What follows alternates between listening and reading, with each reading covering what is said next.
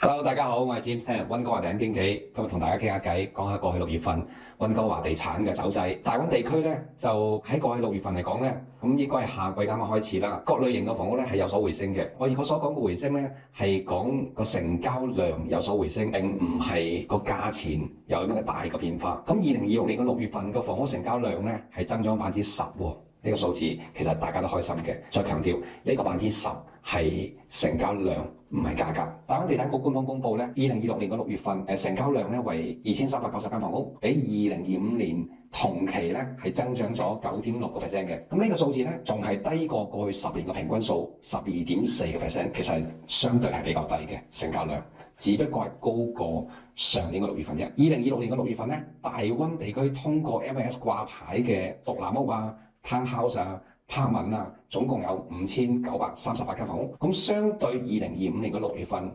6315間咧，係減少咗6%嘅。咁但係咧，我哋同過去10年嘅平均數嚟講咧，都係多咗5.9%嘅。咁到6月底為止啦，咁大灣地區通過 MLS 掛牌嘅房屋咧，咁就有17017間房屋。咁相對25年嚟講咧，同期嘅6月份咧17561間啦，減少咗3.1%。但係個庫存咧係高過過去10年嘅平均數30.2%嘅。咁簡單講句就話，我哋個掛牌嘅數字係高過平均數字有超過30%嘅30.2%，但成交量冇明顯嘅回升。咁但係掛牌嘅數量不斷增加，咁即係意味着而家目前嘅房屋咧係相對比以前係越嚟越難賣嘅。咁2026年嘅6月份咧，大灣整個地區個成交同掛牌比例咧為14.6%。咁如果按物業個唔同類型嚟做一個比較咧，獨立屋咧係12%，townhouse 咧係17.8%，而 apartment 咧係15.5%嘅。咁呢個成交同掛牌嘅比例唔算高。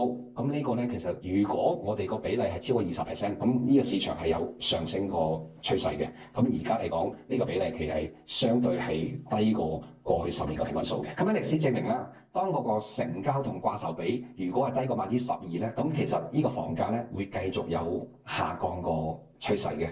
但係如果連續幾個月我哋嘅掛售比係超過20%咧，咁呢個房價咧係有往上升個趨勢。雖然呢個市場需求咧係有跡象顯示有少許一個回暖，但係市場上咧仍然有好充裕嘅庫存喺度，唔係咁輕易一下子可以消化咁大量個庫存。咁所以我覺得咧，其實喺嚟緊呢幾個月呢半年係唔會有太大嘅價格上個波動嘅。喺通常情況下，如果個庫存減少，咁房價咧就有機會往上嘅趨勢啦。不過呢一個近期嘅數據顯示咧，新掛牌嘅房屋數字咧，而家都相對係放緩咗少少噶啦。咁如果整體嘅庫存咧都唔會話持續增加，有可能出現回暖嘅跡象嘅。目前咧，大灣地區咧嘅所有類型嘅房屋咧喺 MLS 上面掛牌咧，個基準價錢係1099100蚊嘅，相對25年咧其實同期嘅6月份下降咗大約6%左右。咁獨立屋咧，2026年嘅6月個成交量咧係747間，咁相對2025年嘅6月份咧657間咧係增加咗13.7%。但係我哋個基準價咧係1842900蚊，咁同上年嚟比咧下降咗7.1%嘅。咁如果 apartment 嚟講咧，我哋6月份嗰個成交量係1103間，同上一年25年同期嚟講咧係增加咗6.1%。咁而家目前個 apartment 個基準價咧係695200，同25年個6月份咧同樣係下降咗7.1%嘅。咁最後講 townhouse 啦，townhouse 係2025年嘅6月份咧個成交量係527間啦，咁同上年嚟比個473間咧係增加咗11.4%，但係個價錢都係下跌咗嘅。咁而家目前 townhouse 嘅基準價係1046200，同25年嘅6月份嚟講下降咗5%。咁頭先咧同大家講咗咧關於一個地產局公佈嘅數據出嚟啦，咁我哋簡單理解就係而家個庫存係增加咗嘅，同過去10年嚟講增加咗30%啦。咁但係買家並冇一個明顯嘅跡象係多咗好多，